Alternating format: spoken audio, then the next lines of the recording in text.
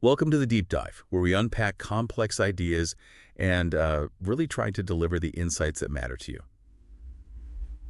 Imagine, just for a second, this new frontier. It's so vast, so full of potential, its economy could hit nearly $3 trillion by 2045. We're talking about space, and this isn't just, NASA and astronauts anymore. It's more like a second space race, but this time is driven by international business expanding incredibly fast. So today we're diving deep into a really interesting new research paper. It's called Space, A New Frontier for International Business by Arpit Raswant, Bo Bernhard Nielsen, and Peter J. Buckley. And it takes a serious look at how space specifically, everything beyond the Kármán line, which is what, about 100 kilometers up? Yeah, roughly 62 miles above Earth, that threshold. Right, and how activity up there is just profoundly disrupting, well, pretty much everything we thought we knew about global commerce. Exactly. And our mission in this deep dive is really to explore the unique challenges and, honestly, the huge opportunities that space presents. These are challenges that fundamentally make us rethink our standard international business theories. We'll dig into three core issues: the paper flags, congestion, contention, and competition, and look at how multinational enterprises, MNEs, are trying to navigate this environment, which is, frankly, unknown, unstable, and uncertain. The classic 3 U's, but maybe on steroids here. And here's why you should really tune in. This isn't just sci-fi anymore. It's not just rockets and astronauts off in the distance. It's about the telecoms connecting us right now, the navigation in your phone, how we monitor climate change, even potential new resources that could change life down here on Earth. So what does this whole space saga actually mean for you, for global business? Let's get into it. The sheer scale of what's happening. It's kind of hard to wrap your head around sometimes. This paper points out the space economy jumped from, what, $500 billion in 2022, and it might hit $1 trillion by 2030. That's okay. Well, that's incredibly fast growth. It signals this massive shift, moving us away from just exploration into a new phase of exploitation, as the paper puts it, which involves way more players, public and private, than ever before. And what makes space just so fundamentally different is this concept the paper calls an institutional vacuum. Think about it. It's a frontier with basically no effective authorities, no established structures, no agreed-upon rules. It's not like an institutional void on Earth where maybe you have informal rules or local customs. Space is, well, it's largely homogenous to all firms, regardless of where they come from on Earth. It's almost a blank slate, legally speaking. A kind of Wild West, then. In many ways, yeah. A legal Wild West, and that shapes absolutely everything companies do up there. Okay, so this institutional vacuum, it sounds like it creates very real, concrete problems, not just abstract theory. The paper boils these down to the 3 C's. What's the first C we need to understand? Right. The first one, and maybe the most immediate concern, is congestion.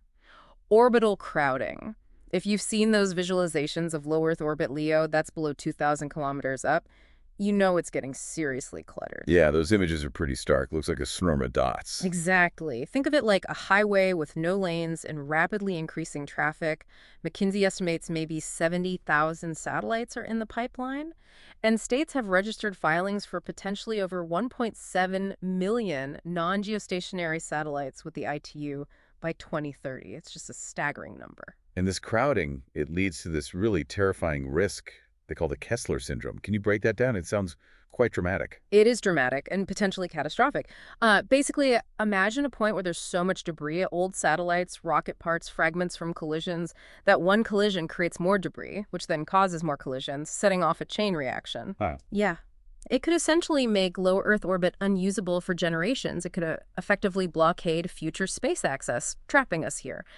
And some researchers grimly predict that even if we try hard with mitigation, we might hit that critical density, that tipping point, in maybe 200 years. That's not that far away in the grand scheme of things. Not at all. And space operators are already dealing with dozens, sometimes hundreds, of collision warnings every day. It's a very real, very current problem. So what's driving this massive increase in traffic? It's largely fueled by this rapid commercialization, led by what people call new space companies.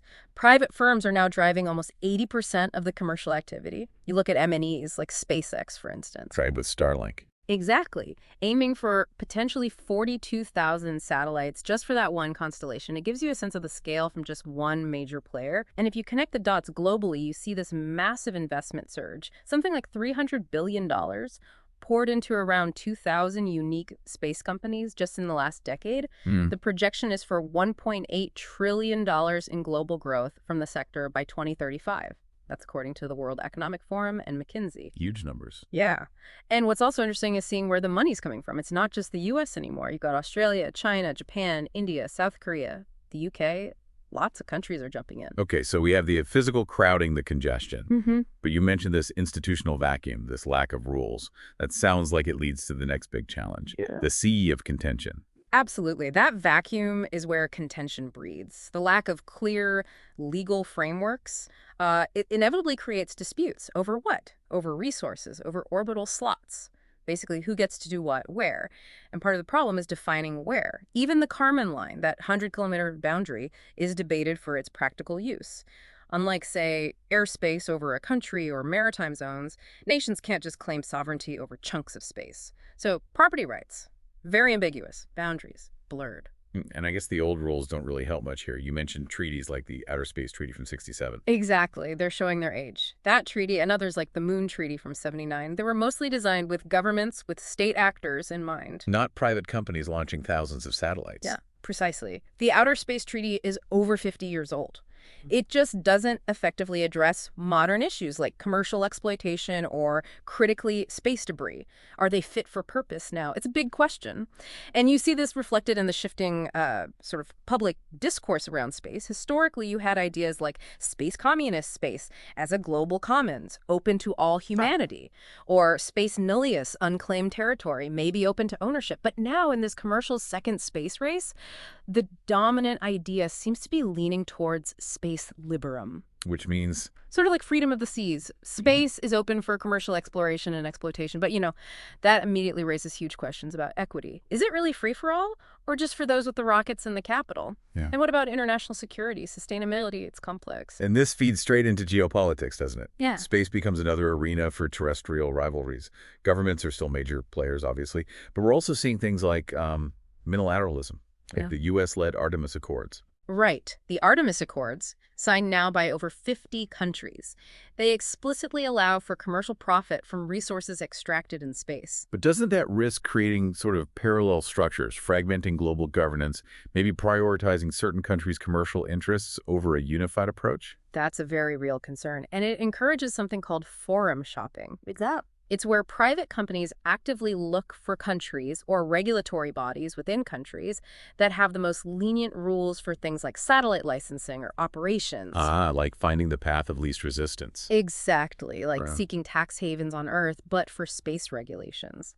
The paper gives the example of the U.S. FCC approving Starlink's request to lower its satellite altitudes, despite objections from others. And while individual countries like Japan, Luxembourg, the UAE, the U.S. are creating their own national frameworks, which is good in one way, it also leads to this patchwork quilt of potentially conflicting rules. Lots of legal uncertainty. We really lack a clear global standard. Okay, so we've got congestion, too much traffic, contention, arguments over rules and resources. What happens when everyone wants a piece of the pie? This brings us to the third C, competition. How is competition in space different from, say, airlines or tech companies on Earth? Well, it's different in some really fundamental ways. The paper argues that first-mover advantages in space are amplified, massively amplified. Think about SpaceX again. Operating what? Roughly 2/3 of all active satellites? That's an incredible statistic. It is. That kind of dominance gives them de facto influence over space access itself. It potentially creates huge barriers for anyone else trying to enter the market. New players might find themselves in what the paper calls forced partnerships, needing to collaborate with incumbents just to get access. And interestingly, unrelated experience might even play a role, like Equinor's expertise in extreme deep-sea drilling. That kind of know-how could be a real competitive advantage for future space mining. It also brings up that classic problem, the global commons dilemma. The Outer Space Treaty says space is free for exploration and use by all states. Article 1, yes. But the resources themselves are what economists call common pool resources, meaning they're rival risks. If I take some lunar soil, you can't take the same soil, but non-excludable, or at least currently. It's hard to stop people from trying. Right. Which leads directly to this potential gold rush mentality. The paper even draws parallels, maybe unsettling ones, to the scramble for Africa in the 19th century. Yikes. Yeah. And it raises the specter of the tragedy of the commons, where everyone pursuing their own immediate gain depletes or ruins the resource for everyone. But this isn't just theoretical anymore. We have proof of concept for space resource trading. Back in 2020, NASA actually announced it would buy lunar soil regolith collected by commercial companies. They named firms like Lunar Outpost, Maston, iSpace Europe, iSpace Japan. Really? So they're creating a market for space resources. Effectively, yes. It confirms that, at least in principle, these resources can be extracted, owned, and traded across borders. It makes that gold rush seem much more tangible. And all this competition plays out across what the paper calls the space value chain, the SDC. Can you sketch that out quickly? Sure. Think of it from upstream to downstream. Upstream is things like designing and manufacturing satellites and rockets, launching them, operating them in orbit. Downstream is using what comes from space, the data for mapping or weather, telecommunications signals, navigation services, things like that. Okay. And the congestion we talked about earlier, that just intensifies the competition all along this chain. Who gets launch priority? Who controls key orbital slots? How do you even price data coming from a satellite you might only partially own? It's a totally novel competitive landscape. And putting all this together, the congestion, the contention, the unique competition, it forces us to radically reevaluate our existing theories of international business, particularly, the paper argues, the well-known eclectic paradigm, or OLI framework, ownership, location, internalization. Our standard models just don't quite fit space. Okay, let's unpack that OLI framework. First up, ownership implications. If property rights are so fuzzy up there, how does a company establish ownership? How do you protect your intellectual property, your innovations? Is it just finders keepers? That's the core problem. How do you enforce IPR when the very concept of property is contested and there's no space patent office, right?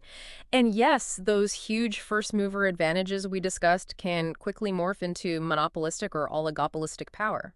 You get there first, you occupy the prime orbital real estate or claim access to a potential resource, and you effectively control it long before any clear rules or pricing mechanisms exist. It profoundly shifts ownership advantages. Okay. Then location. This seems like where space really throws a spanner in the works. How do you even think about location in a place with no borders? It's everywhere foreign. Exactly. The paper points out that all firms operating in space are essentially foreign to space itself. They all face this extreme liability of newness and liability of foreignness combined, but without a host country in the traditional sense. And the physical aspect, zero gravity, radiation, vast distances, moving targets like asteroids, they completely reshape our understanding of distance and proximity. Location isn't just a point on a map, it's a dynamic, hazardous condition. Which leads to the third leg, internalization. Making decisions about what to do in-house versus outsourcing. That institutional vacuum must make coordinating everything, the whole space value chain, incredibly difficult and risky. Immensely so. The risks and costs are astronomical, literally. So firms face really tough choices. Do we try to build and control everything ourselves, internalize, or do we rely on partners and suppliers, outsource? And you mentioned multinational public-private partnerships, MPPPs. Yes, they're emerging as a key structure, but the paper notes they often come with increased transaction costs. Aligning public goals like exploration or science with private profit motives in such an uncertain, unregulated environment is just inherently complex and costly. And what's truly fascinating, I think, is how all these factors, the unique ownership, location, and internalization challenges, are giving rise to what the paper terms astropolitics. Astropolitics. So geopolitics in space. Essentially, yes. It's this new dimension of political interaction, strategy, and power projection that extends beyond Earth's traditional geopolitical map. It influences regulation, shapes competition, and will undoubtedly define how we exploit or manage space resources. Global power dynamics are literally going cosmic. Okay, this is fascinating but also a bit daunting. Let's shift focus slightly. What about the role of these companies, these MNEs, in addressing the challenges? They're contributing to the congestion and competition, sure, but can they also be part of the solution? The paper mentions NASA sees space as potentially helping with Earth's sustainability issues. Yes, and that leads to a really bold idea discussed in the paper, building on work by others. Currently, space isn't formally part of the UN's 17 Sustainable Development Goals, the SDGs, which seems like a major oversight given its growing importance, right? Yeah, you'd think it would be relevant. So, there's a proposal mentioned by the authors citing Gallian Losh and Yap and Truffer to consider adding an 18th SDG, sustainable space. The focus would be on Earth space sustainability, ensuring that activities in space are conducted responsibly and actually help, or at least don't hinder, sustainability goals both on Earth and in orbit. And are M&Es already doing things that align with this idea? Are there positive examples? Definitely. Look at companies like SpaceX, Blue Origin, Rocket Lab. Their work on reusable rockets is a huge step. It drastically reduces the amount of junk left in orbit compared to traditional expendable launchers. That directly tackles the debris problem, a part of congestion. Okay, that's tangible. And then there's Earth observation. EO satellites launched and operated by MNEs are providing absolutely critical data. Think disaster management after a hurricane, monitoring deforestation in the Amazon, tracking ice melt and sea level rise for climate change studies. This data is invaluable, and often it's commercial satellites providing it. Beyond direct environmental monitoring, there are broader benefits. Space tourism is emerging, maybe niche for now, but it's happening. More importantly, space-generated data is transforming industries like agriculture, precision farming, yield prediction, and urban planning. This can be especially impactful in developing countries, giving them access to information they never had before. But, and this is a crucial but the paper raises, we need to be really careful about equitable access. Are the benefits reaching everyone? And are we learning from past mistakes on Earth regarding environmental impact? We don't want to just export our problems or our patterns of exploitation into orbit. That really hits the core dilemma, doesn't it? How can these powerful M&Es balance that intense drive for commercial growth and profit with genuine environmental and social responsibility, especially in this Wild West environment? Is it realistic to expect them to prioritize social good over profit when the potential rewards are so massive? So let's try to pull this together. Our deep dive today has shown space isn't just a backdrop for sci-fi movies anymore. It's a real dynamic frontier marked by serious congestion, complex legal and political contention, and incredibly intense competition. And these forces are making us fundamentally rethink how international business works and how we should govern this new domain. It really forces us to think about what global even means now. Absolutely. It's an incredibly complex picture. The paper really highlights this tension. The lack of clear rules and the huge incentives for first movers creates this hyper-competitive, almost ruthless environment. Yet at the same time, the potential benefits from cooperation in space, whether it's managing debris, sharing data for climate science, or developing resources sustainably, those benefits are arguably immense, maybe even greater than the spoils of a pure gold rush. Which leaves us, and you, with a pretty profound question, I think. As space commercialization accelerates, and is accelerating rapidly, what role should private companies play in actually writing the rules for the road? How involved should they be in shaping the future of humanity's expansion into space? And critically, how do we ensure that future truly benefits everyone, not just the companies or countries that get there first? Is it up to them, or does government need to step up much more assertively? It's a huge question. This interplay of astropolitics, economics, technology, and sustainability in space. It's really one of the defining challenges and opportunities of the 21st century. Understanding it, engaging with it, is becoming crucial for our shared future, both here on Earth and out there.